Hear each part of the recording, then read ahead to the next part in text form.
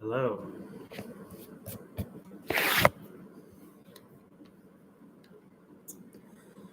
Should be the last section of this book. The last reading I'll do in this series.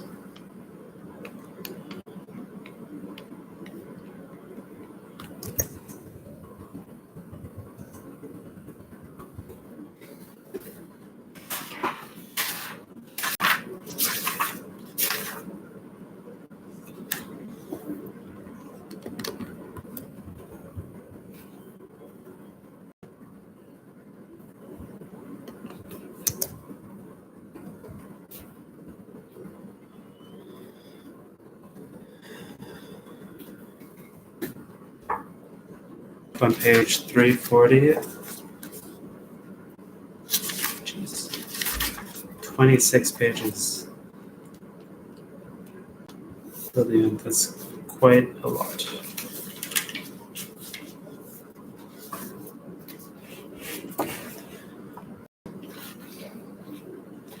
Although art, frightened by the traces left by aesthetics, mistrusted as something that had fallen far behind its own development, it must at the same time secretly fear that an aesthetics that was no longer anachronistic would sever the threads of life, which are already stretched to the limit. Such an aesthetics, it is feared, would lay claim to deciding if and how art should survive after the fall of metaphysics, to which art owes its existence and content. The metaphysics of art has become judgment that rules over art's continued existence. The absence of theological meaning, however modified, culminates in art as the crisis of its own meaning.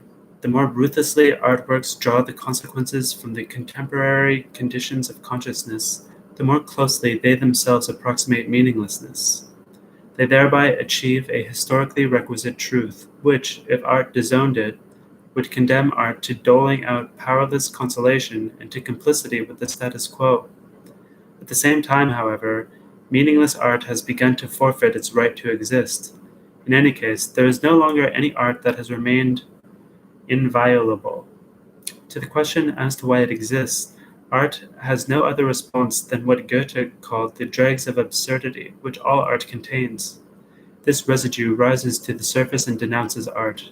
Just as it is rooted, at least in part, in fetishes, art, through its relentless progress, relapses back into fetishism and becomes a blind end in itself, revealing itself as untruth, a sort of collective delusion, as soon as its objective truth content, its meaning, begins to waver. If psychoanalysis followed its own principle to its culmination, it would, like all positivism, necessarily demand the end of art, just as it tends to analyze it away in the treatment of patients. If art is sanctioned exclusively as sublimation, as a means for the maintenance of psychic economy, its truth content is contravened and art lingers on only as a pious deception. The truth of all artworks would, on the other hand, not exist without the fetishism that now verges on becoming art's untruth. The quality of artworks depends essentially on the degree of their fetishism, on the veneration that the process of production pays to what lays claim to being self-produced, to the seriousness that forgets the pleasure taken in it. Only through fetishism, the blinding of the artwork vis-a-vis the reality of which it is part, does the work transcend the spell of the reality principle as something spiritual. From these perspectives, aesthetics proves to be not so much obsolete as necessary. Art does not stand in need of an aesthetics that will prescribe norms where it finds itself in difficulty, but rather of an aesthetics that will provide the capacity for reflection, which art on its own is hardly able to achieve. Words such as material, form, and formation, which flow all too easily from the pens of contemporary artists, ring trite. To cure contemporary language of this is one of the art-practical functions of aesthetics. Above all, however, aesthetics is demanded by the development of artworks. They are not timelessly self-same, but rather become what they are because their own meaning is a process of becoming. They summon forth forms of spirit, commentary and critique, for example, through which this process is fulfilled. These forms remain weak, however, so long as they do not reach the truth content of the works. They only become capable of this by being owned to aesthetics. The truth content of an artwork requires philosophy. It is only in this truth content that philosophy converges with art or extinguishes itself in it. The way toward this is defined by the reflected immanence of works, not by the external application of philosophemes. The truth content of works must be rigorously distinguished from all philosophy that is pumped into them by authors or theorists. The difference between the two, it must be suspected, has for close to 200 years been unbridgeable. On the other hand, aesthetics brusquely repudiates the claim of philology, however useful it may be in other contexts, that it assures the truth content of artworks. In the age of the irreconcilability of traditional aesthetics and contemporary art, the philosophical theory of art has no choice but, varying a maxim of Nietzsche's, by determinate negation to think the categories that are in decline as categories of transition.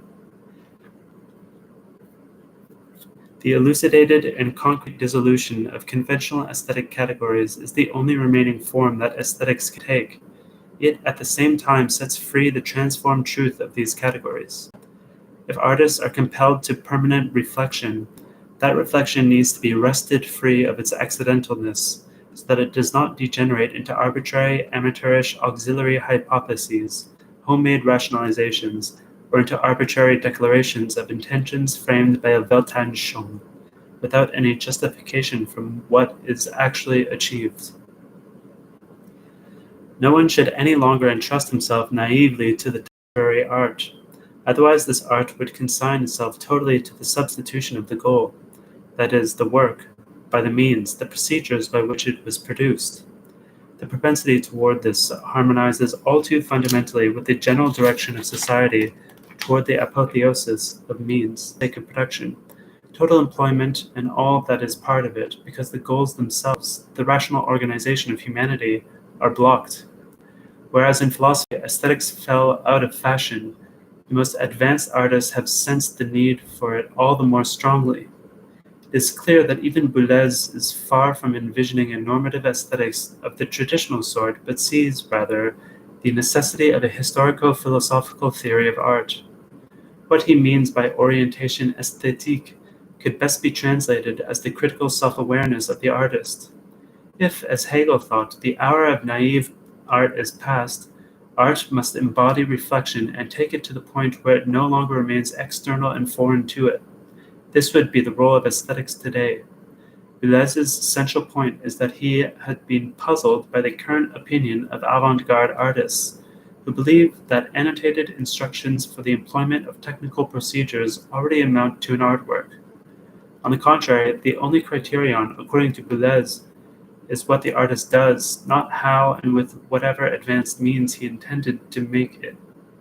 Boulez too realizes, with regard to the contemporary artistic process, that insight into the historical situation through which the antithetical relation to tradition is mediated converges with binding implications for production. The dogmatic separation of craft and aesthetics, which Schoenberg decreed out of a then justified critique of a praxis alien aesthetics, a separation that was self-evident to the artists of his generation, as well as to those of the Bauhaus, is disavowed by Boulez in the name of craft and métier. Even Schoenberg's theory of harmony was only able to maintain this separation because he limited himself in this book to means that had long not been his own. Had he discussed those, he would have been irresistibly compelled to undertake aesthetic reflection, given that he lacked didactically communicable rules for the new crafts. Such reflection responds to the fatal aging of the modern as a result of the tensionlessness of the totally technical artwork. This tensionlessness can hardly be dealt with in an exclusively inner-technical fashion, even though in technical criticism something of the supra-technical constantly registers.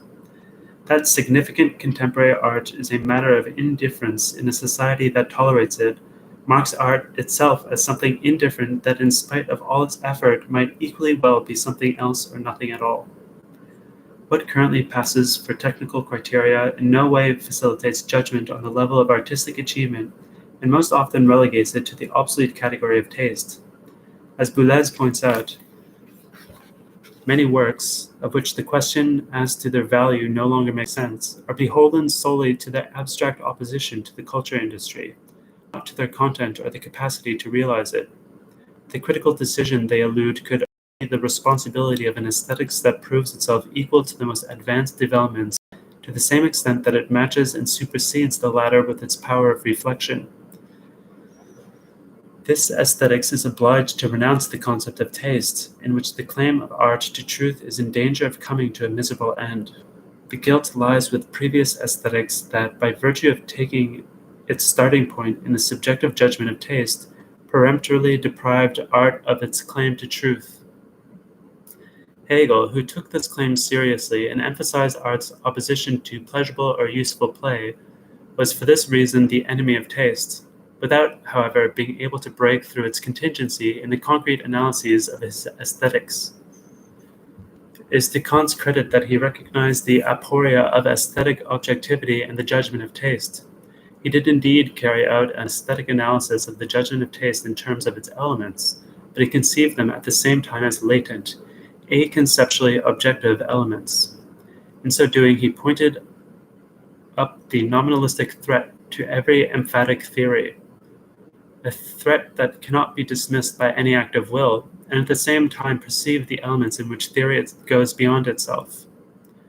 By virtue of the intellective movement of his object, a movement that effectively closed its eyes to the object, Kant brought into thought the deepest impulses of an art that only developed in the 150 years after his death, an art that probed after its objectivity openly, without protection of any kind. What needs to be carried through is what, in the theories of Kant and Hegel, awaits redemption through second reflection. Terminating the tradition of philosophical aesthetics must amount to giving it its due. The dilemma of aesthetics appears imminently in the fact that it can be constituted neither from above nor from below, neither from concepts nor from a conceptual experience. The only possibility for aesthetics beyond this miserable alternative is the philosophical insight that fact and concept are not polar opposites, but mediated reciprocally in one another. This must be appropriated by aesthetics, for art again stands in need of aesthetics now that criticism has shown itself to be so disoriented by false and arbitrary judgments that it fails vis-a-vis art. Yet if aesthetics is to amount neither to art-alien prescriptions, nor to the inconsequential classification of what it happens upon, then it is only conceivable as dialectical aesthetics. Dialectical method is not unsuitably defined as the refusal to rest content with the deremption of the deductive and inductive that dominates rigid, indurative thought, and this is expressly rejected by the earliest formulations of dialectics in German idealism, those of Fichte. Aesthetics must no more lag behind art than behind philosophy. Although it abounds in the most important insights, Hegel's aesthetics no more satisfy the concept of dialectics in his main works than did other material parts of the system. This is not easy to correct. Aesthetic dialectics is not to presuppose a metaphysics of spirit, which in Hegel, as in Fichte, was to guarantee that the individual, with which induction begins, and the universal, which provides the basis for deduction, are one. What was violatized in emphatic philosophy cannot be revived by aesthetics, itself a philosophical discipline. Kant's theory is more apposite to the contemporary situation, for his aesthetics attempts to bind together consciousness of what is necessary with consciousness that what is necessary is itself blocked from consciousness. It follows its course, in effect, blindly. His aesthetics seeks to untangle the knot. Sorry, just need a break.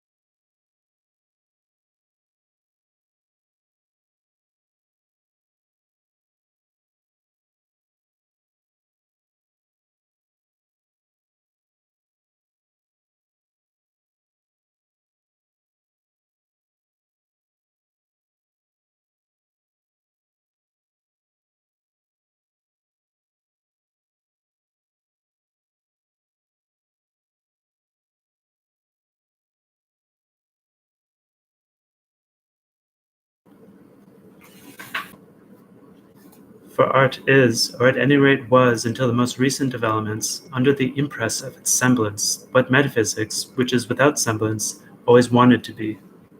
When Schelling declared art the organon of philosophy, he involuntarily admitted what great idealistic speculation either passed over in silence or denied in the interest of its self-preservation. Correspondingly, Schelling did not, as is well known, carry through the thesis of identity as relentlessly as did Hegel. The aesthetic contours of Hegel's philosophy, that of a gigantic as-if, were then recognized by Kierkegaard and could be demonstrated in detail in his logic. Art is that, for the most part material, existent that is determined as spirit in precisely the fashion that idealism simply asserted extra aesthetic reality to be. Experience is obscured by a naive cliché that depicts the artist as an idealist, or depending on taste, as a fool in the service of the purportedly absolute reason of his work. Artworks are, in terms of their own constitution, objective as well as, and not only because they have their genesis in spiritual processes, spiritual. Otherwise, they would be in principle indistinguishable from eating and drinking. The contemporary debates originating in Soviet aesthetics, which insist that the claim to the primacy of the law of form as the primacy of the spiritual is an idealistic view of social reality, are groundless. Only as spirit is art the opposite of empirical reality, which becomes the determinate negation of the existing world order. Art is to be dialectically construed insofar as spirit inheres in it, without art's possessing it or giving surety of it as something absolute. However much they seem to be entities, artworks are crystallizations of the process between spirit and its other. This implies the difference from Hegel's aesthetics. There, the objectivity of the artwork is the truth of spirit. It is spirit that has gone over into its own otherness and become identical with itself. For Hegel, spirit is one with totality, also with the totality in art.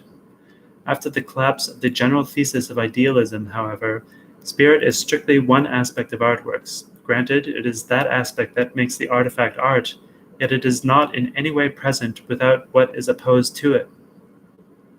Spirit no more devours its opposite than history has known pure artworks that have achieved the identity of spirit and non-spirit. Constitutively, the spirit of artworks is not pure. Those works that seem to embody such identity are not the most important. What in artworks opposes spirit is, however, on no account what is natural in their materials and objects. They constitute merely a limiting value in artworks.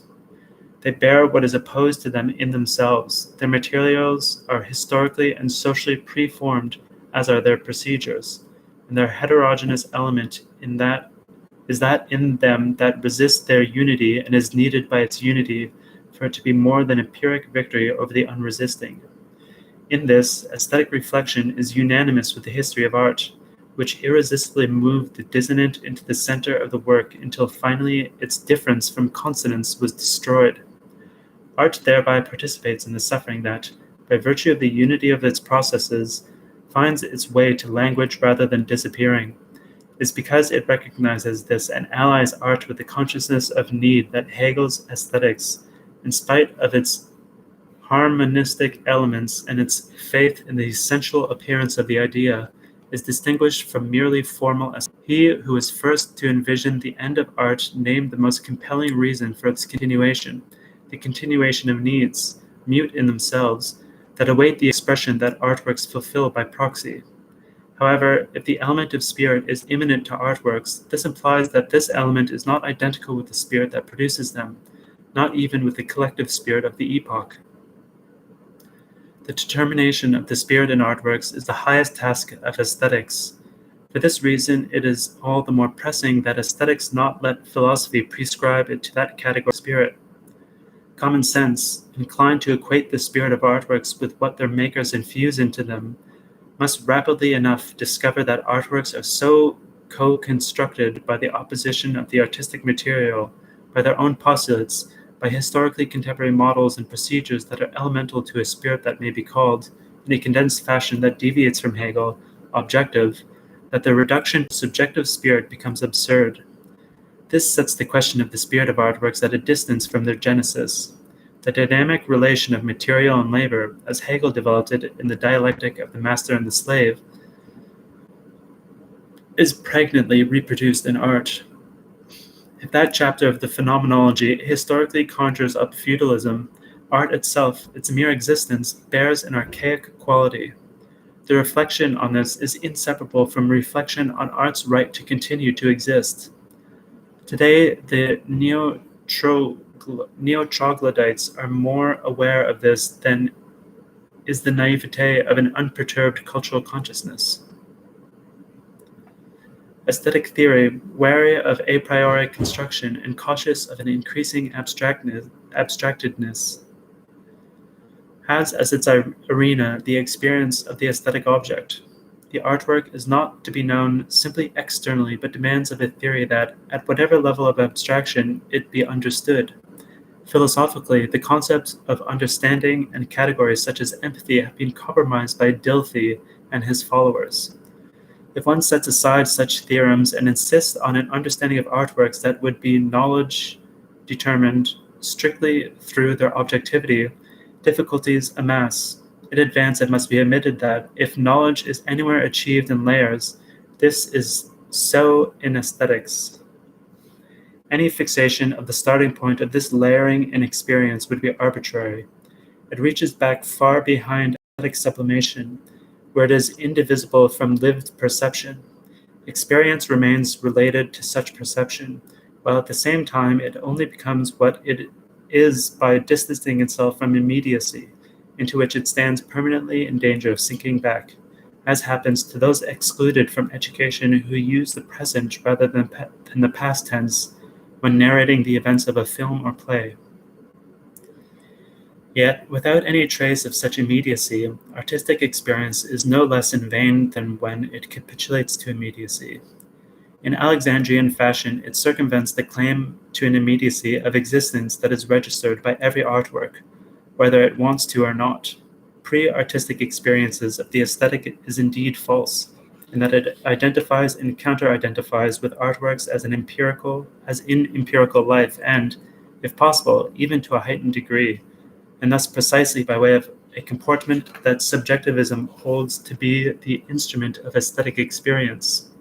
By approaching the artwork aconceptually, this comportment remains trapped within the radius of taste, and its relation to the work is no less oblique than if I misused art to illustrate philosophical positions. The malleable, readily identifying sensibility collapses when faced with the severity of the artwork, yet obdurate thought cheats itself of the element of receptivity, without which it is no longer thought. Pre-artistic experiences require projection, yet aesthetic experience, precisely by virtue of the a priori primacy of subjectivity in it, is a counter-movement to the subject. It demands something on the order of the self-denial of the observer, his capacity to address or recognize what aesthetic objects themselves enunciate and what they conceal. Aesthetic experience, first of all, places the observer at a distance from the object. This resonates in the idea of disinterested observation. Philistines are those whose relation to artworks is ruled by whether and to what degree they can, for example, put themselves in the place of the actors as they come forth.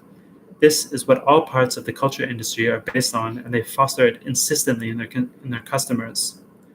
The more artistic experience possesses its objects and the closer it approaches them in a certain sense, the farther it is at the same time shifted away from them. Artistic enthusiasm is art alien. It is thus that aesthetic experience, as Schopenhauer knew, breaks through the spell of obstinate self-preservation. It is the model of a stage of consciousness in which the eye no longer has its happiness in its interests, or ultimately in its reproduction.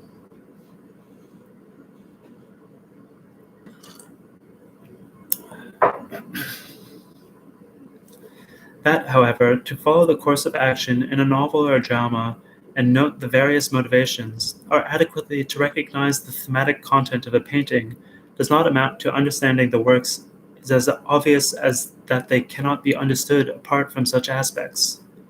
There are exact scholarly descriptions of artworks, even analyses, thematic analyses of music, for example, that miss everything essential.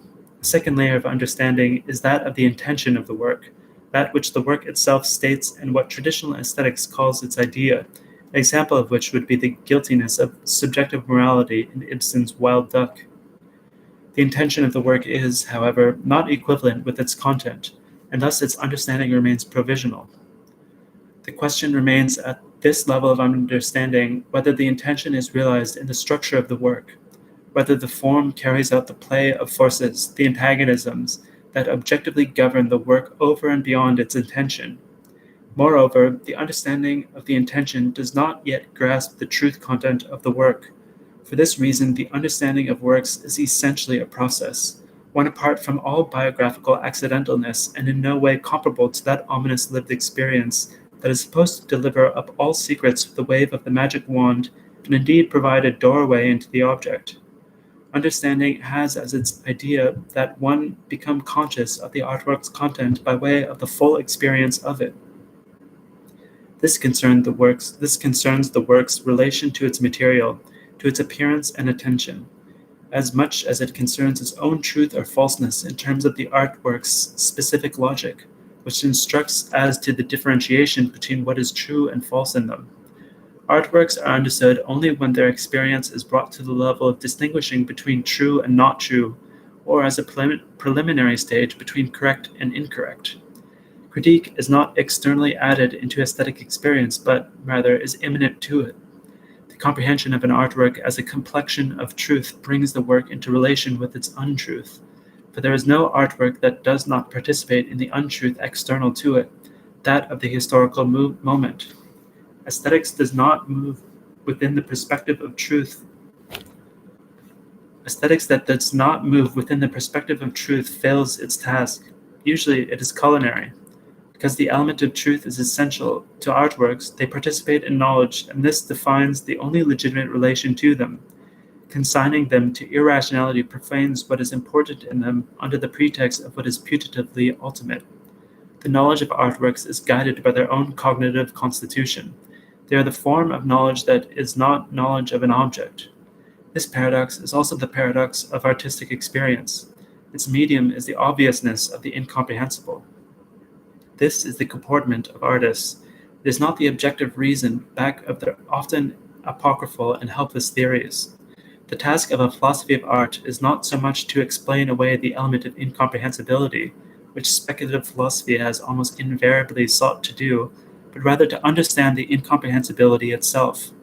This incomprehensibility persists as the character of art, and it alone protects the philosophy of art from doing violence to art. The question of comprehensibility becomes urgent to the extreme in the face of the contemporary production of art. For the category of comprehensibility, if it is not to be situated in the subject and thus condemned to relativity, postulates something objectively comprehensible in the artwork. If the artwork assumes the expression of incomprehensibility and in its name destroys its own internal comprehensibility, the traditional hierarchy of comprehension collapses. Its place is taken by reflection on art's enigmatic character. Yet it is precisely the so-called literature of the absurd, a pastiche concept tacked onto such heterogeneous material that now serves only the misunderstanding of facile agreement, that proves that understanding, meaning, and content are not equivalents. The absence of meaning becomes intention, though not always with the same consequence.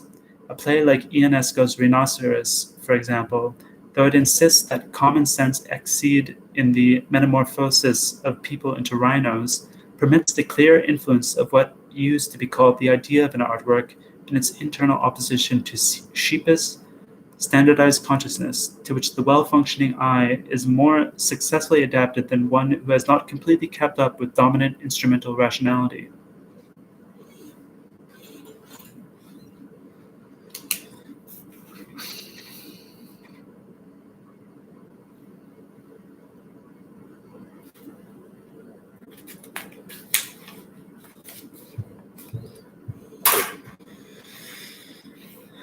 The intention of radical absurdity may have originated in art's need to translate the conditions of metaphysical meaninglessness into a language of art that would cast meaning aside. Thus it was, perhaps, a polemical act against Sartre, whose works firmly and subjectively posit this metaphysical experience. In Beckett, the negative metaphysical content affects the content along with the form. The work does not, however, thereby become something simply incomprehensible. The well-founded refusal of its author to offer explanations for so-called symbols is faithful to an aesthetic tradition that has elsewhere been dismissed. A relation, not identity, operates between the negativity of the metaphysical content and the eclipsing of the aesthetic content. The metaphysical negation no longer permits an aesthetic form that would itself produce metaphysical affirmation, and yet this negation is nevertheless able to become aesthetic content and determine the form. The concept of artistic experience, a concept into which aesthetics is transformed and which by its desideratum of understanding is incompatible with positivism, nevertheless in no way coincides with the currently popular concept of work-immanent analysis.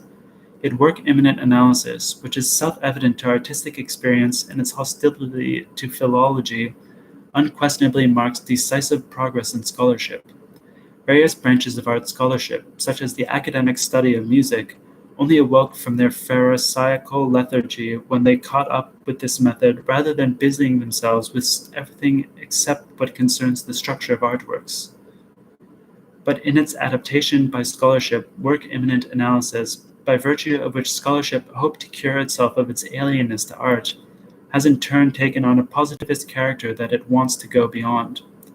The strictness with which it concentrates on its object facilitates the disownings of everything in the artwork that, a fact to the second power, is not present, not simply the given facts of the matter.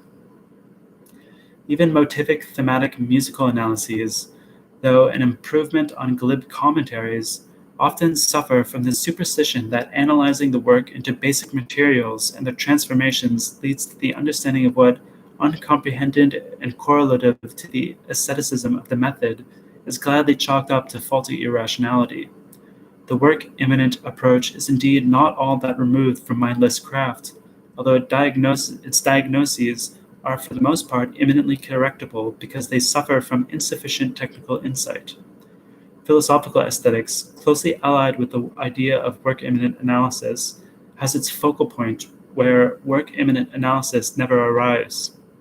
Second reflection must push the complex of facts that work-immanent analysis establishes, and in which it has its limit, beyond itself, and penetrate to the truth content by means of emphatic critique. Work-immanent analysis is in itself narrow-minded, and this is surely because it wants to knock the wind out of social reflection on art. That art, on the one hand, confronts society autonomously, and on the other hand, is itself social, defines the law of its experience. Whoever experiences only the material aspects of art and puffs this up into an aesthetics is Philistine, yet whoever perceives art exclusively as art and ensconces this as its prerogative deprives himself of its content. For the content of art cannot simply be art, unless it is to be reduced to an indifferent tautology. Contemplation that limits itself to the artwork fails it. Its inner construction requires, in however mediated fashion, which is itself not art. What is itself not art? Experience alone is in no position to legislate aesthetically because a boundary is prescribed to it by the philosophy of history. If experience crosses this limit, it degenerates into emphatic appreciation. Many artworks of the past, and among them the most renowned, are no longer to be experienced in any immediate fashion and are failed by the fiction of such immediacy. If it is true that the rhythm of history is accelerating geometrically, then even artworks that do not reside in the distant past are being pulled into this process. They bear a stubborn semblance of spontaneous accessibility, which must be destroyed to permit their comprehension. Artworks are archaic when they can no longer be experienced. This boundary is not fixed, nor is it simply continuous. Rather, it is fragmentary and dynamic and can be liquefied by correspondence. The archaic is appropriated as the experience of what is not experiential. The boundary of experientiality, however, requires that the starting point of any such appropriation be the modern. It alone throws light on the past, whereas academic custom for the most part limits itself to the past, rebounds from it, and at the same time, by violating the distance, transgresses the irretrievable. Ultimately, however, even in the most extreme refusal of society, Art is essentially social and not understood when this essence is misunderstood. Artistic experience thereby forfeits its prerogatives. Guilt for this is borne by a delusory process that takes place between the categories. Artistic experience is brought of its own accord into movement by the contradiction that the constitutive immanence of the aesthetic sphere is at the same time the ideology that undermines it. Aesthetic experience must overstep itself. It traverses its antithetical extremes rather than settling peacefully into a spurious median between them. It neither renounces philosophical motifs, which it transforms rather than drawing conclusions from them, nor does it exorcise from itself the social element. One is no more equal to a Beethoven symphony without comprehending its so-called purely musical course than if one is unable to perceive in it the echo of the French Revolution. How these two aspects are mediated in the phenomenon belongs to the obstinate and equally unavoidable themes of philosophical aesthetics. Not experience alone, but only thought that is fully saturated with experience is equal to the phenomenon. It is not for aesthetics to adapt itself aconceptually to aesthetic phenomena. Consciousness of the antagonism between interior and exterior is requisite to the experience of art. The description of aesthetic experiences, theory and judgment, is insufficient. What is required is experience of works rather than thoughts simply applied to the matter. Yet no artwork adequately presents itself as immediately given. None is to be understood strictly on its own terms. All works are formed in themselves according to their own logic and consistency as much as they are elements in the context of spirit and society. The two aspects are not to be neatly separated, as is the scientific habit. True consciousness of the external world participates in the work's immanent coherence. The spiritual and social standpoint of an artwork can only be discerned on the basis of its internal crystallization. There is nothing artistically true whose truth is not legitimated in an overarching context, and there is no artwork whose consciousness is true that does not prove itself in terms of aesthetic quality. The kitsch of the Soviet bloc says something about the untruth of the political claim that social truth has been achieved there. If the model of aesthetic understanding is a comportment that moves immanently within the artwork, and if understanding is damaged as soon as consciousness exits this sphere, then consciousness must in return remain constantly mobile both internally and externally to the work, in spite of the opposition to which the mobility of thought exposes itself. To whoever remains strictly internal, art will not open its eyes, and whoever remains strictly external distorts artworks by a lack of affinity.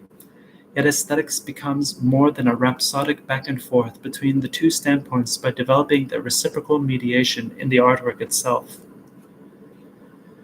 As soon as the artwork is considered from an external vantage, bourgeois consciousness tends to become suspicious of alienness to art, even though in its own relations to artworks, bourgeois consciousness tends to disport itself externally to them. The suspicion must be kept in mind that artistic experience as a whole is in no way as immediate as the official art religion would have it. Every experience of an artwork depends on its ambience, its function, and literally and figuratively, its locus. Overzealous naivete that refuses to admit this distorts what it considers so holy. In fact, every artwork, even the Hermetic work, reaches beyond its monadological boundaries by its formal language. Each work, if it is to be experienced, requires thought, however rudimentary it may be, and because this thought does not permit itself to be checked, each work ultimately requires philosophy as the thinking comportment that does not stop short in obedience to the prescriptions stipulated by the division of labor. By virtue of the universality of thought, every reflection demanded by the artwork is also an external reflection. Its fruitfulness is determined according to what it illuminates interior to the work. Inherent in the idea of aesthetics is the intention of freeing art, through theory, from its induration, which it suffers as a result of the inescapable division of labor. Understanding artworks is not Greek word from their explanation, not from their genetic explanation, but from that of their complexion and content. Though this is not to say that explanation and understanding are identical. Understanding has as much need of the non-explanatory level of the spontaneous fulfillment of the work as it does at the explanatory level. Understanding goes beyond the art understanding of connoisseurs. Explanation ineluctably involves the tracing back of the new and the unknown to the known, even if what is best in the works struggles against it. Without such reduction, which violates the works, they could not survive. Their essence, what is uncomprehended in them, requires acts of identification and comprehension, is thereby falsified as something familiar and old. To this extent, the life of artworks is ultimately contradictory. Aesthetics must become conscious of this paradox, and it must not act as if its opposition to tradition could dispense with rational means. Aesthetics moves within the medium of universal concepts, even in the face of the radically nominalist situation of art, and in spite of the utopia of the particular that aesthetics prizes along with art. This is not only the difficulty of aesthetics, but also its fundamentum in re. If, in the experience of the real, it is the universal that is mediated, in art, it is the particular that is mediated, just as non-aesthetic knowledge in its Kantian formulation poses the question of the possibility of universal judgment. The question posed by every artwork is how, under the domination of the universal, a particular is in any way possible. Just give me a second.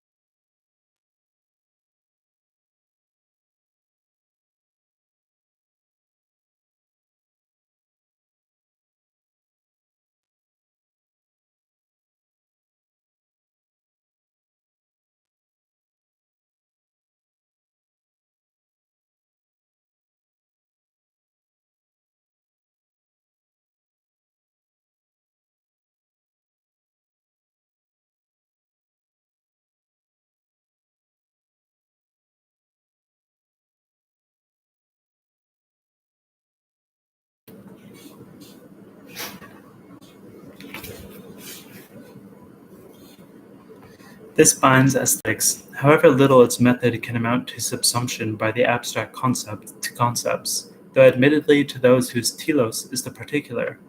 If anywhere, Hegel's theory of the movement of the concept has its legitimacy in aesthetics. It is concerned with the dynamic relation of the universal and the particular, which does not impute the universal to the particular externally, but seeks it rather in the force fields of the particular itself. The universal is the stumbling block of art. By becoming what it is, art cannot be what it wants to become. Individuation, which is art's own law, has its boundaries set by the universal. Art leads beyond, and yet not beyond.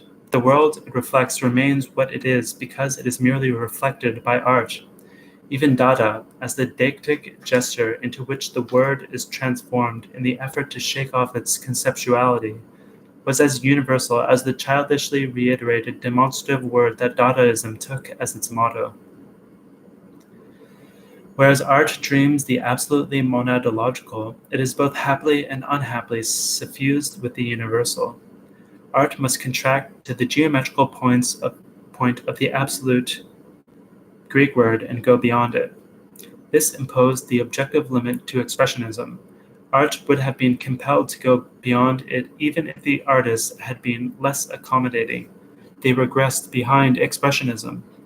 Whenever artworks on their way toward concretion polemically eliminate the universal, whether as a genre, a type, an idiom, or a formula, the excluded is maintained in them through its negation. This state of affairs is constitutive of the modern.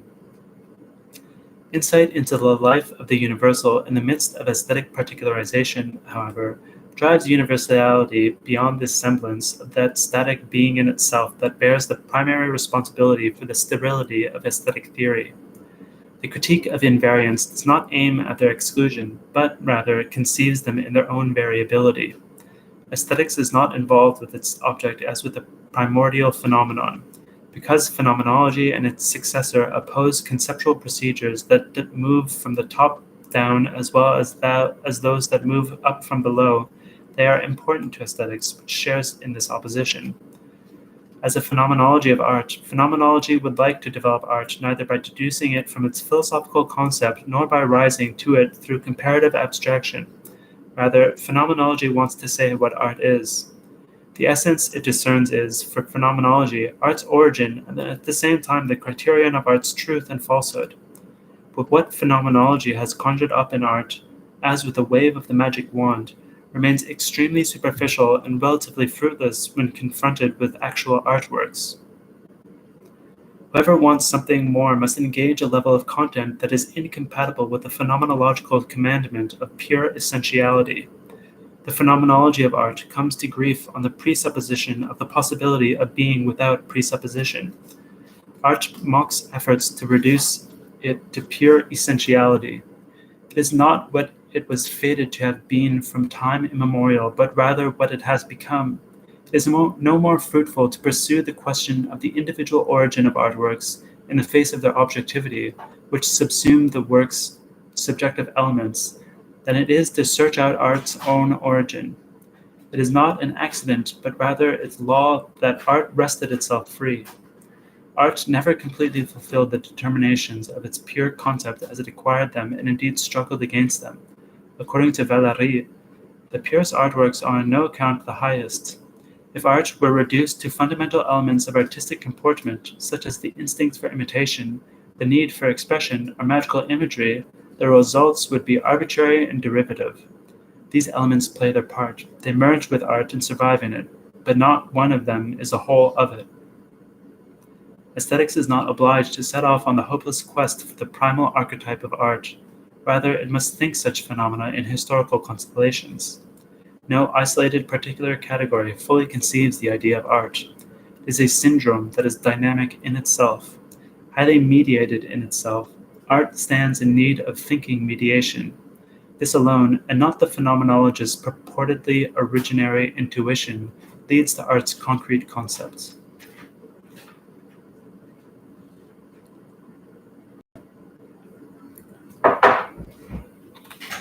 Hegel's central aesthetic principle, that beauty is the sensuous semblance of the idea, presupposes the concept of the idea as the concept of absolute spirit. One, if only if the all-encompassing claim of absolute spirit is honored, only if philosophy is able to reduce the idea of the absolute to the concept, would Hegel's aesthetic principle be compelling. In a historical phase in which the view of reality as the fulfillment of reason amounts to bloody farce, Hegel's theory, in spite of the wealth of genuine insight that it unlocked, is reduced to a meager form of consolation. If his conception of philosophy carried out a fortunate mediation of history with truth, the truth of the philosophy itself is not to be isolated from the misfortune of history. Certainly Hegel's critique of Kant holds good. Beauty that is to be more than symmetrically trimmed shrubbery is no mere formula reducible to subjective functions of intuition. Rather, beauty's fundament is to be sought in the object. But Hegel's effort to do this was vitiated because it unjustly postulated the meta-aesthetical identity of subject and object in the whole. It is no accidental failing on the part of individual thinkers, but rather predicated on an objective aporia that today philosophical interpretations of literary works, especially when, as in Heidegger, poetic language is mythologically exalted, fail to penetrate the construction of the works to be interpreted and instead prefer to work them up as the arena for philosophical theses. Applied philosophy, a priori fatal, reads out of works that it has invested with an air of concretion nothing but its own theses. If aesthetic objectivity, in which the category of the beautiful is itself only one element, remains canonical for all reflection, it no longer devolves upon a pre-established conceptual structure anterior to aesthetics and begins to hover, as incontestable as it is precarious. The locus of aesthetics has become exclusively the analysis of contexts, in the experience of which the force of philosophical speculation is drawn in without depending on any fixed starting positions. The aesthetic theories of philosophical served as cultural monuments, but neither are they to be discarded, and least of all in favor of the putative immediacy of artistic experience. Implicitly lodged in artistic experience is the consciousness of art, that is, philosophy, with which the naive consideration of works imagines it has disposed. Art does not exist as the putative lived experience of the subject who encounters it as a tabula rasa, but only within an already developed language of art. Lived experiences are indispensable, but they are no final court of aesthetic knowledge. Precisely those elements of art that cannot be taken immediately in possession are not reducible to the subject require consciousness and therefore philosophy. It inheres in all aesthetic experience to the extent that it is not barbarically alien to art. Art awaits its own explanation. It is achieved methodically through the confrontation of historical categories and elements of aesthetic theory with artistic experience, which correct one another reciprocally. Hegel's aesthetics gives a true account of what needs to be accomplished. The deductive system, however, prevents that dedication to objects that is systematically postulated. Hegel's work places thought under an obligation, even though his own answers are no longer binding. If the most powerful aesthetics, Kant's and Hegel's, were the fruits of systematic thinking, the collapse of these systems has thrown them into confusion without, however, destroying them. Aesthetics does not proceed with the continuity of scientific thinking. The particular aesthetics of the various philosophies cannot be reduced to a common formulation as their truth. Rather, their truth is to be sought in their conflict. To do so, it is necessary to renounce the erudite illusion that an aesthetician inherits problems from others and is now supposed to go calmly to work on them. If the idea of objectivity remains the canon of all convincing aesthetic reflection, then its locus is the contradiction of each and every aesthetic object in itself, as well as that of philosophical ideas in their mutual relation. That aesthetics, in its desire to be more than chatter, wants to find its way out into the open, entirely exposed, imposes on it the sacrifice of each and every security that it has borrowed from the sciences. No one expressed this necessity with greater candor than the pragmatist John Dewey. Because aesthetics is not supposed to judge art from an external and superior vantage point, but rather to help its internal propensities to theoretical consciousness, it cannot settle into a zone of security to which every artwork that has in any way succeeded gives the lie. Artworks, right up to those of the highest level, know the lesson taught to the bungler whose fingers stumble on the piano keys or who sketches carelessly. The openness of artworks, their critical relation to the previously established on which their quality depends, implies the possibility of complete failure. And aesthetics alienates itself from its object the moment that by its own form it deceives on this score. That no artist knows with certainty whether anything will come of what he does, his happiness and his anxiety, which are totally foreign to the contemporary self-understanding of science, subjectively registers something objective, the vulnerability of all art. The insight that perfect artwork scarcely exists brings into view the vanishing point of this vulnerability. Aesthetics must unite this open vulnerability of its object with that object's claim to objectivity as well as with aesthetics' own claim to objectivity. If aesthetics is terrorized by the scientific ideal, it recoils from this paradox. Yet this paradox is aesthetics' vital element. The relation between determinacy and openness in aesthetics is perhaps clarified by the fact that the ways available to experience and thought that lead into artworks are infinitely many, yet they converge in truth content. This is obvious to artistic praxis, and theory should follow it much more closely than it has. Thus, at a rehearsal, the first violinist of a string quartet told the musician who was helping out, though himself not actively playing, to contribute whatever critique and suggestions occurred to him. Each of these remarks, to the extent that they were just, directed the progress of the work ultimately to the same point, to the correct performance. Even contradictory approaches are legitimate, such as those that concern the form and those that concern the relatively tangible thematic levels.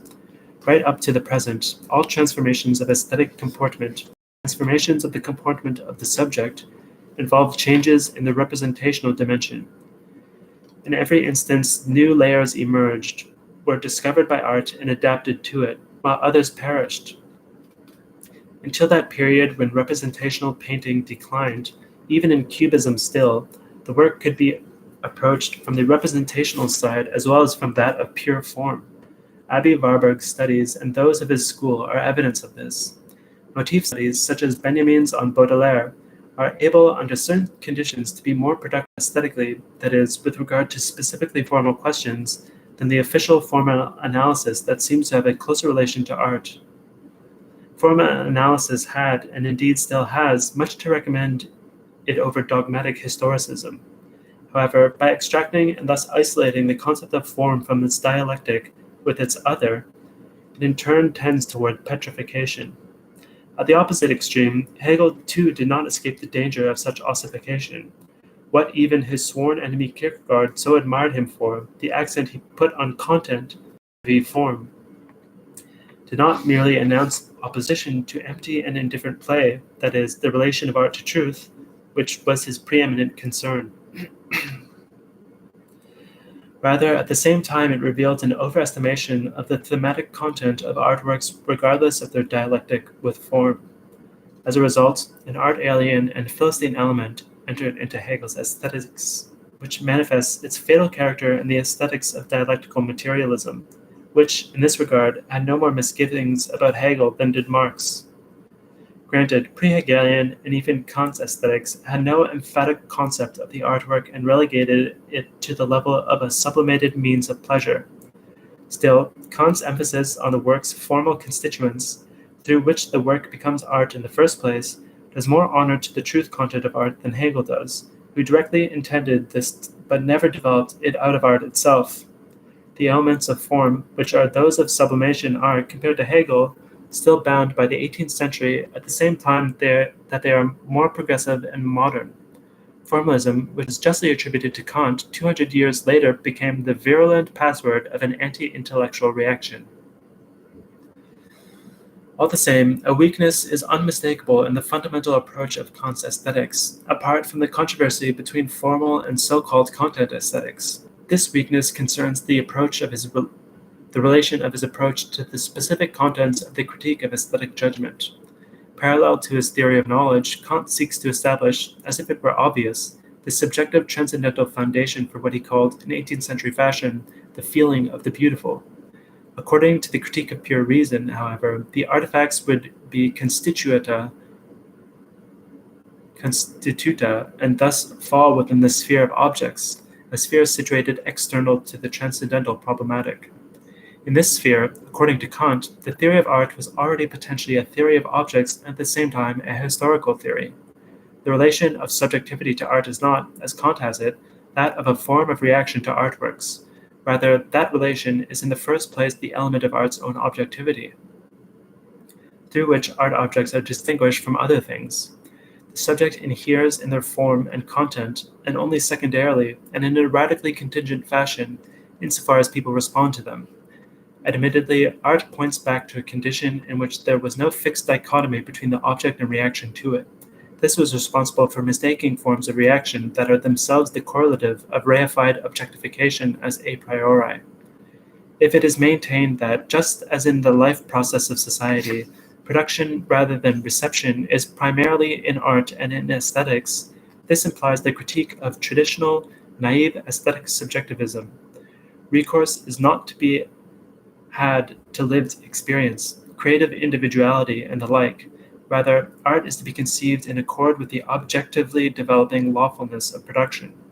This is all the more to be insisted upon because the problematic, defined by Hegel, of the affects released by the artwork has been hugely magnified by their manipulation. The subjective contexts of reception are frequently turned, according to the will of the culture industry, against the object that is being reacted to. Yet artworks respond to this by withdrawing even more into their own structure and thus contribute to the contingency of the work's effects, whereas in other historical periods there existed, if not harmony, then at least a certain proportion between the work and the response it received.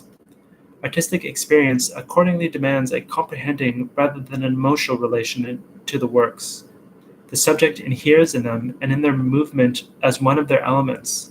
When the subject encounters them from an external perspective and refuses to obey their discipline, it is alien to art and becomes the legitimate object of sociology.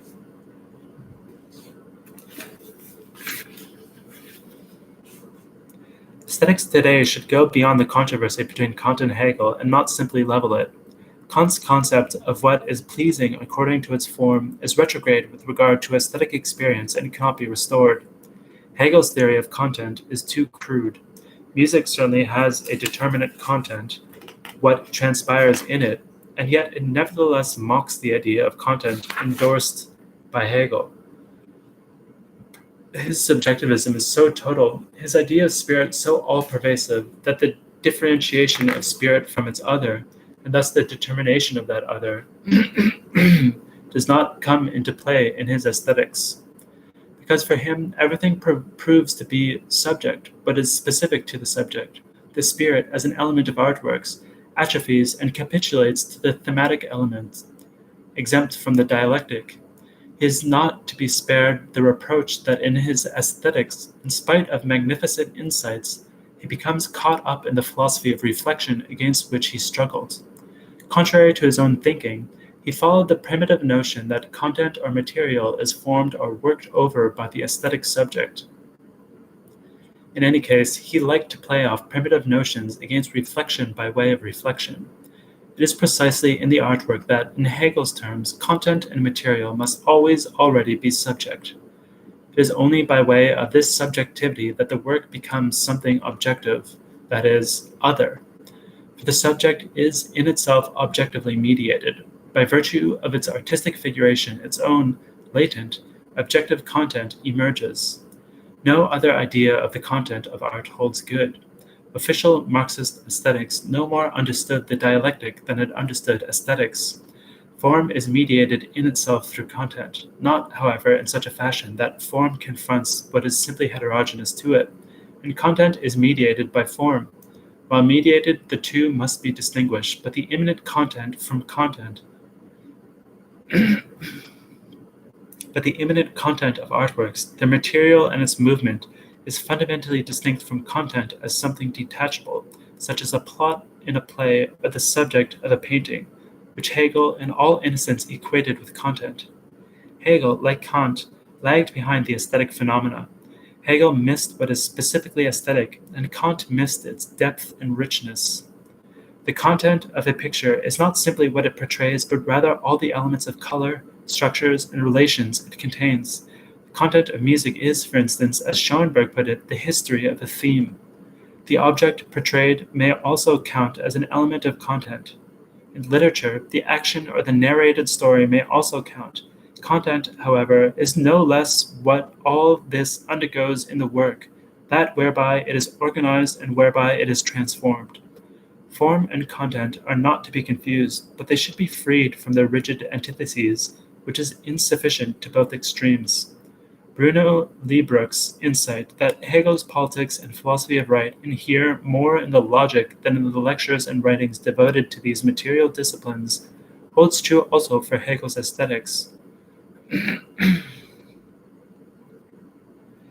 has yet to be raised to an undiminished dialectic. At the beginning of the second part, Hegel's logic shows that the categories of reflection had their own origin and development, and yet they were all the same valid as such. In the same spirit, Nietzsche, in the Twilight of the Idols, dismantled the myth that nothing that develops is able to be true. Aesthetics must make this insight its own. What sets itself up in aesthetics as an external norm is, in that it became what it is, transitory and obsolete by virtue of its own claim to immortality. By contrast, however, the contemporary exigencies and norms that issue from the dynamic of history are not accidental and arbitrary, but, by virtue of their historical content, objective. What is ephemeral in aesthetics is what is fixed, its skeleton. Aesthetics is under no obligation to deduce the objectivity of its historical content in historicizing fashion, as being the inevitable result of the history of the course of history. Rather, this objectivity is to be grasped according to the form of that historical content. It is not, as the trivial paradigm would have it, that aesthetics moves and is transformed in history. History is immanent to the truth content of aesthetics. For this reason, it is the task of the historico-philosophical analysis of the situation to bring to light in a rigorous fashion what was formerly held to be the a priori of aesthetics. The slogans that were distilled out of the situation are more objective than the general norms according to which, as is philosophical custom, they are to justify us. Certainly, it needs to be shown that the truth content of great aesthetic manifestos and similar documents has taken the place once held by philosophical aesthetics. The aesthetics that is needed today would be the self-consciousness of the truth content of what is radically temporal. This clearly demands, as the counterpoint to the analysis of the situation, that traditional aesthetic categories be confronted with this analysis. It is exclusively this confrontation that brings the artistic movement and the movement of the concept into relation. That today a general methodology cannot, as is customary, preface the effort of reconceiving aesthetics is itself of a part with methodology. The guilt for this is borne by the relation between the aesthetic object and aesthetic thought. The insistence on method cannot be stringently met by opposing another method to the one already approved. So long as the work is not entered, in keeping with Goethe's maxim, as a chapel would be entered, all the talk about objectivity in matters of aesthetics, whether it be the objectivity of artistic content or that of its knowledge, remains pure assertion. The chattering, automated objection that insists that claims to objectivity are only subjective opinions, or not the aesthetic content in which aesthetics that aims at objectivity terminates, is nothing but projection. Can be met fully only by the proof of objective artistic content in artworks themselves. The fulfillment of this proof legitimates method at the same time that it precludes its supposition. If aesthetic objectivity were presupposed as the abstract universal principle of the fulfillment of the method, without support from any system, it would be at a disadvantage. The truth of this objectivity is constituted by what comes later, in the process of its development, not by what is simply posited. The process has nothing but the development of truth to oppose as a principle to the insufficiency of the principle. Certainly, the fulfillment of aesthetic objectivity requires critical reflection on principles. This protects it from irresponsible conjecture. Spirit that understands artworks, however, wards off its hubris through the strength of objectivated spirit, which artworks actually already are in themselves. What spirit requires of subjective spirit is that spirit's own spontaneity. The knowledge of art means to render objectified spirit once again fluid through the medium of reflection. Aesthetics must, however, take care not to believe that it achieves its affinity to art by, as if the pass of a magic wand and excluding conceptual detours, enunciating what art is. The mediatedness of thought is qualitatively different from that of artworks. What is mediated in art, that through which the artwork becomes something other than its mere factuality, must be mediated a second time by reflection, through the medium of the concept. This succeeds, however, not through the distancing of the concept from the artistic detail, but by thoughts turned toward it. When, just before the close of the first movement of Beethoven's Sonata Les Adieux, an evanescently fleeting association summons up in the course of 3 measures the sound of trotting horses, the swiftly vanishing passage, the sound of disappearance, which confounds any effort to pin it down anywhere in the context of the phrase, says more of the hope of return than would any general reflection on the essence of the fleetingly enduring sound. Only a philosophy that could grasp such micrological figures in its innermost construction of the aesthetic whole would make good on what it promises. For this, however, aesthetics must itself be internally developed, mediated thought.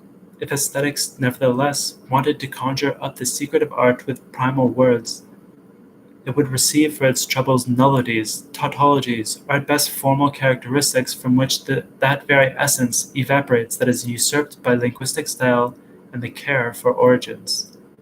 Philosophy is not as lucky as Oedipus, who irrevocably answered the puzzle posed to him, even if the hero's luck proved delusional. Because the enigmaticalness of art is articulated only in the constellation of each particular work, by virtue of its technical procedures, concepts are not only the difficulty inherent in their decipherment, but also their chance for decipherment. According to its own essence, in its particularization, art is more than simply its particularity. It is mediated even in its immediacy, and to this extent it bears an elective affinity with concepts. Common sense justly demands that aesthetics not envelop itself in a self-enclosing nominalism devoted strictly to the particular analyses of artworks, however indispensable the latter may be, whereas it must not let its freedom to singularity atrophy. Second reflection, whose hour in aesthetics has indeed come, moves in a medium removed from artworks. Without some trace of resignation in the face of its undiminished ideal, aesthetics would become the victim of the chimera of concreteness, that is, the concreteness of art, and even there is not beyond suspicion, but is in no way the concreteness of theory. As a protest against abstracting and classifying procedures, aesthetics all the same requires abstractions and indeed has as its object the classificatory genres. Art's genres, however repressive they became, are not simply flatus vocis, even though the opposition to universal conceptuality is fundamental to art. Every artwork, even if it presents itself as a work of perfect harmony, is in itself the nexus of a problem. As such, it participates in history and thus oversteps its own uniqueness. In the problem nexus of each and every artwork, what is external to the monad and that whereby it is constituted is sedimented in it. It is in the dimension of history that the individual aesthetic object and its concept communicate. History is inherent to aesthetic theory. Its categories are radically historical. This endows its development with an element of coercion that, given its illusory aspect, stands in need of criticism, yet nevertheless has enough force to break the holds of an aesthetic relativism that inevitably portrays art as an arbitrary juxtaposition of artworks. However dubious it is from the perspective of the theory of knowledge to say of an artwork, or indeed of art as a whole, that it is necessary, no artwork must unconditionally exist, their relation to each other is nevertheless mutually conditioning, and this is evident in their internal composition. The construction of such problem nexuses leads to what art has yet to become, and that in which aesthetics would ultimately have its object. The concrete historical situation of art registers concrete demands. Aesthetics begins with reflection on them. Only through them does a perspective open on what art is. For art and artworks are exclusively what they are able to become, in that no artwork is capable of resolving its immanent tension fully, and in that history ultimately attacks even the idea of such resolution. Aesthetic theory cannot rest content with the interpretation of given artworks and their concept. By turning toward their truth content, aesthetics is compelled, as philosophy, beyond the works. The consciousness of the truth of artworks is, precisely as philosophical truth, in accord with the apparently most ephemeral form of aesthetic reflection, the manifesto. The principle of method here is that light should be cast on all art from the vantage point of the most recent artworks, rather than the reverse, following the custom of historicism and philology, which, bourgeois at heart, prefers that nothing ever change. If Valéry's thesis is true that the best in the new corresponds to an old need, then the most authentic works are critiques of past works. Aesthetics becomes normative by articulating such criticism. This, however, has retroactive force, and from it alone is it possible to expect what general aesthetics offered merely as a hope and a sham.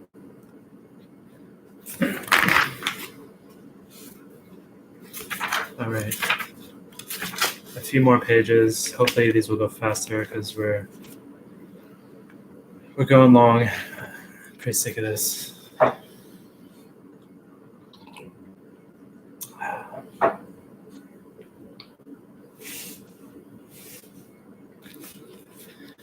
Editors afterward. Gretel, Adorno, and Rolf Tiedemann. Adorno's metaphor for works of art applies literally to the last philosophical text on which he worked. Quote, "The fragment is the intrusion of death into the work. While destroying it, it removes the stain of semblance." End quote. The text of aesthetic theory, as it was in August 1969, which the editors present here as faithfully as possible, is the text of a work in progress. This is not the form in which Adorno would have published this book. Several days before his death, he wrote in a letter that the final version still needed a desperate effort, but that basically it is now a matter of organization and hardly that of the substance of the book. Of this substance, according to Adorno, quote, essentially everything is, as one says, all there, end quote. The remaining final revision, which Adorno hoped to finish by the middle of 1970, would have involved much shifting of passages within the text as well as abbreviations of it. The insertion of the fragments collected here as paralipomena had been reserved for this final revision, and the draft introduction would have been replaced by another. Finally, Adorno would have improved many stylistic details.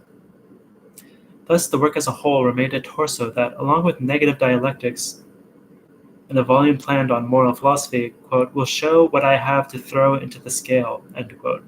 The comment does injustice to Adorno's other books, from Kierkegaard, Construction of the Aesthetic, to Alban Berg, an injustice that only the author could possibly possess the slightest right to inflict. It, all the same, gives a sense of what work was intruded upon, what work broken off. For even if the fragmentary accrues as expression to the work, the expression of the critique of what is systematically fixed and closed in itself, the critique that most fundamentally motivates Adorno's philosophy, and removes the stain of semblance in which, according to Adorno's insight, all spirit necessarily becomes ensnared, still this hardly counterbalances the destruction to which the text of aesthetic theory testifies. Adorno employs the concept of the fragment in a double sense. It means, on the one hand, something productive, that theories that bear a systematic intention must collapse in fragments in order to release their truth content. Nothing of the sort holds for the aesthetic theory.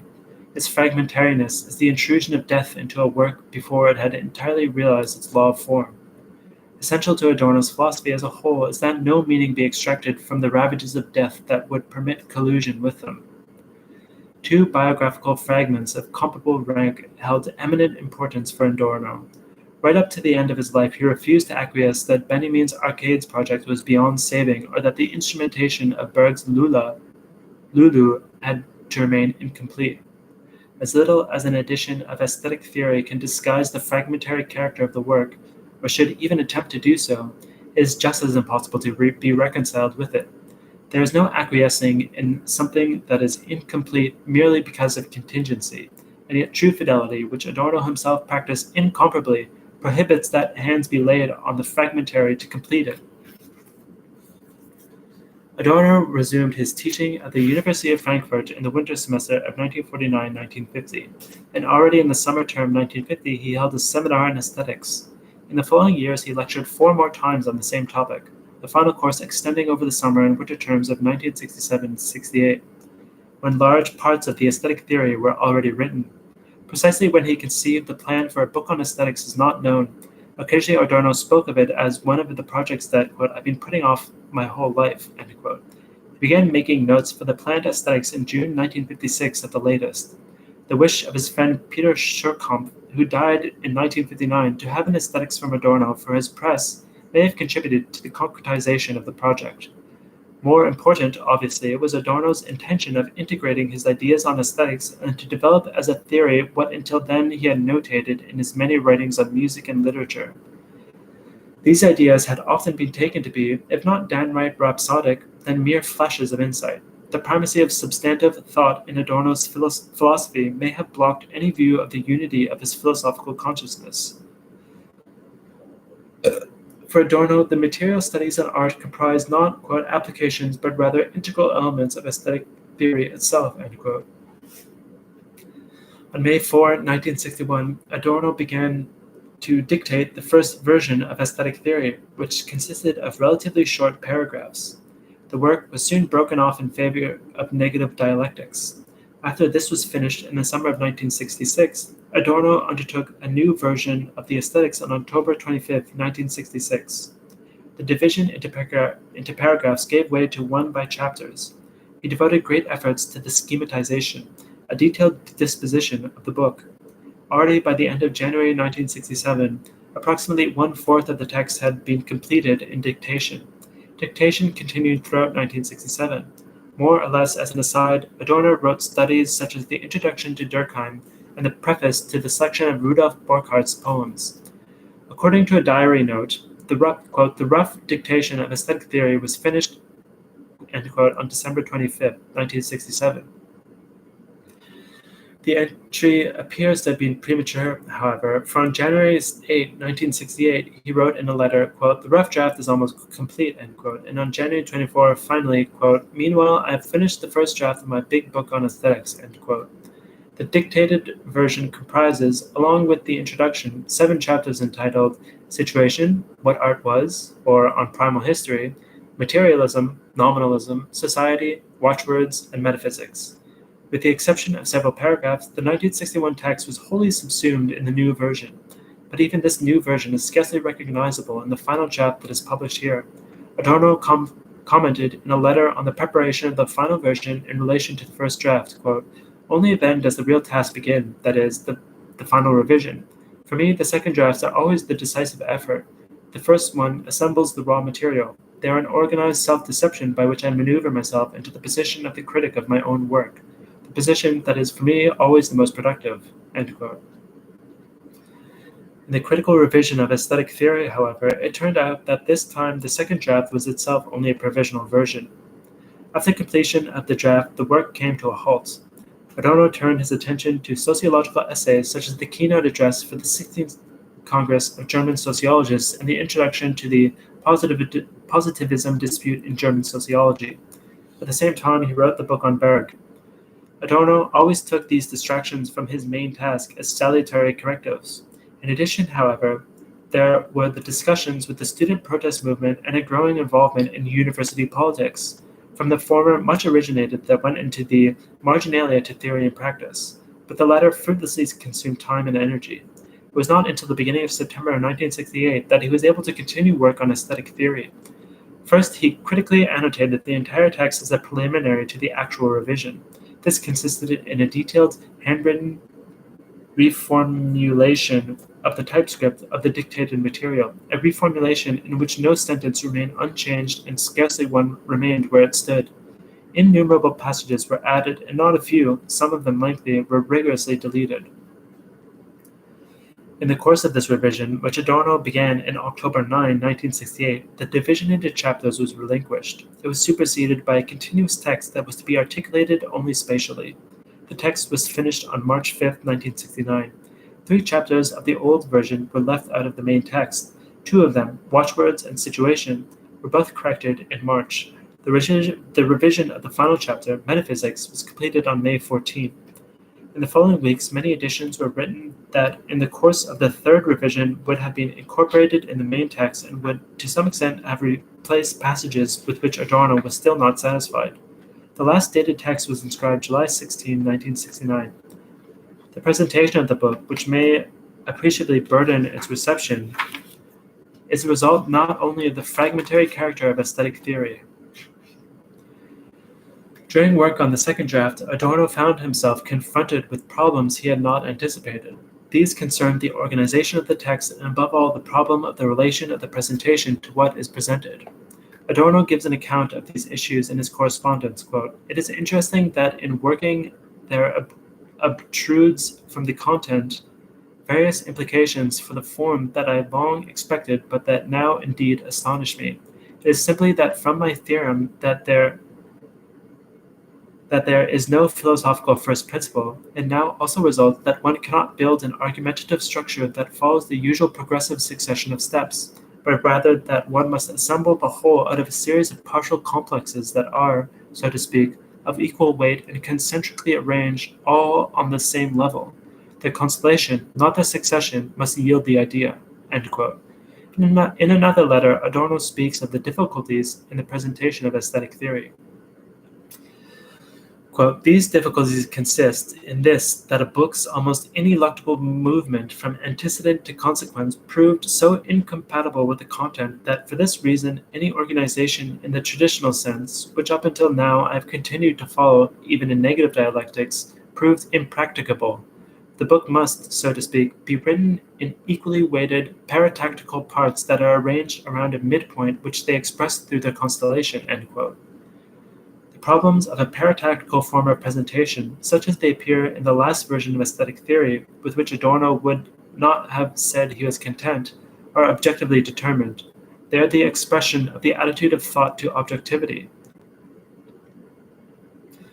Philosophical parataxis seeks to fulfill the promise of Hegel's program of a pure contemplation by not distorting things through the violence of preforming them subjectively, but rather by bringing their muteness, their non-identity, to speech. Using Hölderlin's work, Adorno presented the implications of a serializing procedure, and he noted of his own method that it had the closest affinities with the aesthetic texts of the late Hölderlin. A theory, however, that is sparked by the individuum ineffabile that wants to make amends to the unrepeatable, the non-conceptual, for what identifying thought inflicts on it, necessarily comes into conflict with the abstractness to which, as theory, it is compelled. By its philosophical content, Adorno's aesthetic is driven to paratactical presentation, yet this form is aporetic. It demands the solution of a problem of whose ultimate insolubility, in the medium of theory, Adorno had no doubt. At the same time, however, the bindingness of theory is bound to the obligation that labor and the effort of thought not renounce the effort to solve the insoluble. This paradoxy could also provide a model for the reception of this work. The difficulties that confront the Greek word, the direct access to the text of aesthetic theory, could not have been cleared away by further revision of the text, yet doubtlessly in such a fully articulated text these difficulties would have been articulated and thus minimized. Adorno planned to work through aesthetic theory a third time, a revision in which the text would have taken its definitive form as soon as he returned from his vacation, which turned out to be his last. This volume, which makes no claim to being a critical historical edition, contains the complete text of the final version. Only those passages of the initial dictated version that were not incorporated in the second revision were omitted. Even when Adorno did not explicitly strike them out, they must be regarded as having been rejected by him. On the other hand, because of their pertinence, a number of shorter, uncorrected fragments are collected in the Paralipomena. The corrected draft introduction, though it was discarded by Adorno, is appended to the text.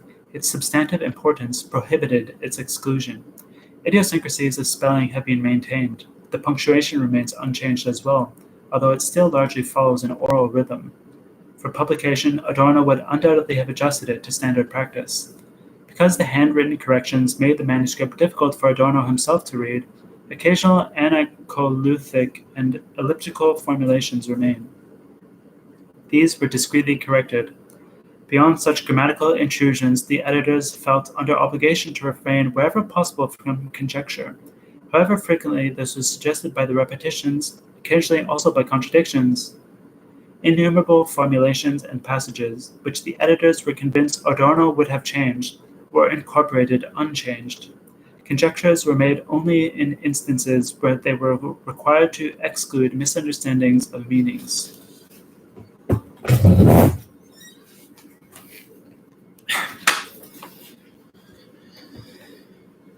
The ordering of the book posed substantial difficulties. The corrected main text was the basic manuscript into which the earlier mentioned, reworked but unintegrated 3 chapters were inserted. The chapter entitled Situation, a philosophy of history of modernité, which was the first chapter of the original version, had to be placed relatively early. Central to aesthetic theory is the insight that only from the most advanced contemporary art is light cast on the work of the past. According to a note, Adorno intended to combine the chapter's situation and watchwords, and the editors proceeded accordingly. The insertion of the chapter Metaphysics at the end of the chapter on enigmatic character followed compellingly from that section's course of thought. With regard to particular passages, it was necessary to reorganize a number of them. In marginalia in the text, Adorno himself had considered most of these shifts. In many instances, the shifts undertaken by the editors intended to accentuate the book's paratactical principle of presentation. They were not intended to sacrifice the book to a deductive hierarchical structure of presentation. Those fragments treated by the editors as Paralipomena were in part later additions and in part extracts, passages excised from the original text that Adorno intended to place elsewhere. The integration of these fragments into the main text proved to be impracticable. Only seldom did Adorno mark the exact place where he wanted them, and almost always there were a number of possible places for their insertion. Furthermore, the insertion of these texts would have required the formulation of transitional phrases, which the editors did not feel authorized to undertake. The organization of the Paralipomena is the work of the editors. The passage headings are also additions made by the editors, who are often enough able to draw on headings, the descriptive keywords with which Adorno notated the majority of the manuscript pages. A quotation from Friedrich Schlegel was to have served as a model for aesthetic theory. Quote, "What is called the philosophy of art usually lacks one or of two things, either the philosophy or the art." End quote. Adorno had intended to dedicate the book to Samuel Beckett. The editors want to thank Elfriede Ulbrich, Adorno's secretary of many years, who undertook the decipherment and copying of the text. July 1970. All right, well, that's it. I'll see you some other time, tomorrow maybe, when I decide what text I'll read next, if I will do that immediately. But anyway, thanks.